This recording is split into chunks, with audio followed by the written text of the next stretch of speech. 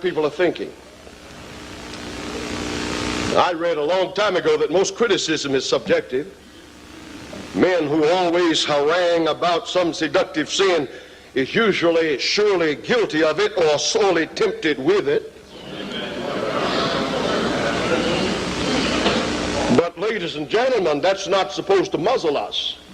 For withal there are the musings of God that are put down on leather and vellum and paper by holy men. And these things are absolute, immutable. They are verily truth, without equivocation or apology, without the slightest disposition to compromise, to comfort the flesh. And they always come with the affirmation from God, my ways are not your ways. Don't be surprised if you don't think as I think, but strive to do so. And with every unalterable command, God gives the assurance, if you will to do it, I am able. All my biddings are enablings.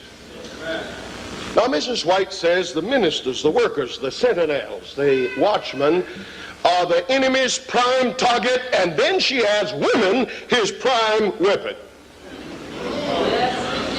There are two major attacks that are made incessantly. Women and money, not necessarily in that order. I have heard through the grapevine that you've had quite enough stormy, powerful discourses on these two sins. And I promised myself I wouldn't dwell on them. But each darling, seductive evil excites impulses so strong that they can obviate the intoxicating appeal of the other, and they are not to be taken lightly. Ellen White says, fooling with women is like witchcraft. It's bewitching. It's captivating. It's entrancing. It's enchanting. It's titillating. It's tantalizing. He wraps his web around you. It's an addiction. And I will tell you further, it would do us well to be scared to death of it. I don't know what the future holds, but I can tell you that over all these years I have said, Lord, if I don't smoke that first joint, I'll never be an addict. If I don't drink that first swallow, I'll never be an alcoholic. And if I don't touch that first one, by your grace, I and my children can keep our heads up. To play that game is to place into the soiled hands of a harlotrous woman your credentials, your reputation, your family's peace, and the honor of God and His church. Then this unworthy adulteress is sitting, as it were, at the computer of your existence, punching buttons that determine whether the rich nerves and the bruised heartstrings of your faithful wife shall flutter.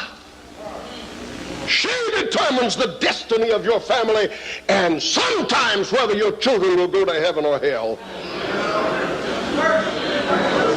That woman without principle determines whether your own heartbeat will quicken.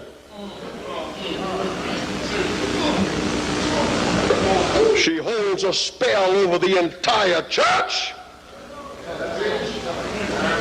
and she turns our members against all of us because they either hear about it or they sense it in powerless sermons.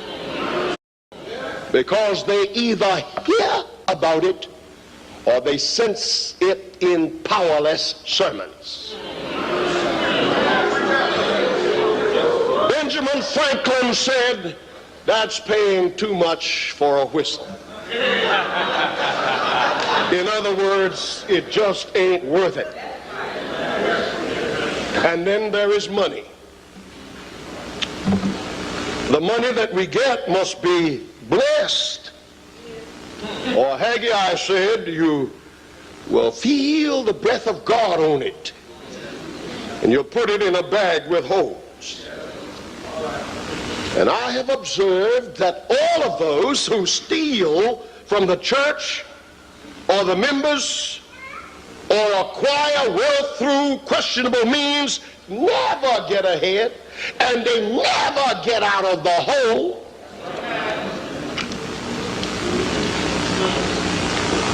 My dear brothers and sisters, with godly fear, I mention these things.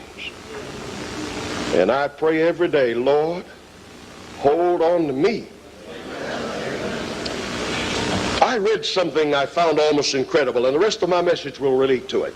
Testimonies to Ministers and Gospel Workers. Ellen White said in 1884, by the way, the reason it was incredible, she is quoting the devil. And listen how she puts it, Satan talking. As the people of God approach the perils of the last days, Satan holds earnest consultation with his angels as to the most successful plan of overthrowing their faith. While holding the popular churches under his control, he directs his angels to lay snares, especially for those who are looking for the second advent of Christ and endeavoring to keep all of God's commandments. That's us. Amen. Revelation 12:17. My brothers and sisters, this is no game to be taken lightly. Why do we play around? This is why complacency is so deadly, and why the Lord's servant says those of us who relax in a time of war are under a fatal delusion. And now she quotes him. Says the great deceiver, it stirred me, Satan talking to his imps. Says the great deceiver, we must watch those who are calling attention to the Sabbath. That's us. We can't do what the other brethren in other communions do. I had one take a young lady from my tent to the movies to keep her away from the truth. He can go, but I can't go. The same, quoting, the same light which reveals the true Sabbath also reveals the ministration of Christ in the heavenly sanctuary. This must not hold their minds. One of the greatest sermons I ever preached in my life, I heard last night. And there was something in it about prayer and study and meditation.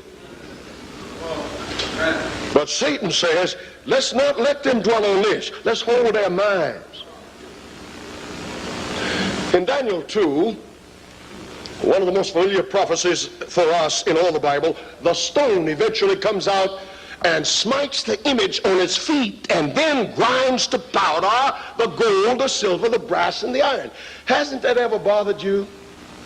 That is what I'm going to preach about at DuPont, Pastor. Hadn't that ever bothered you?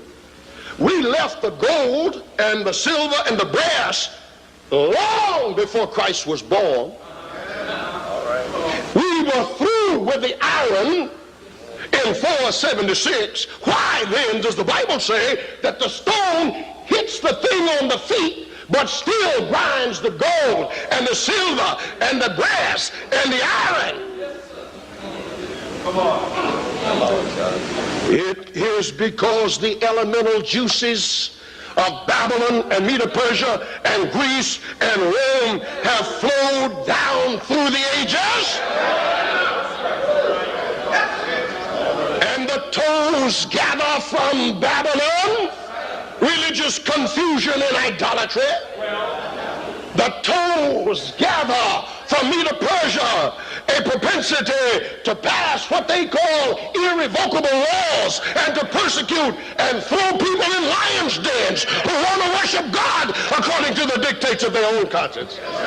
And the toes gather from Greece this obsession with human rationalism and education and logic and existentialism and intellectualizing.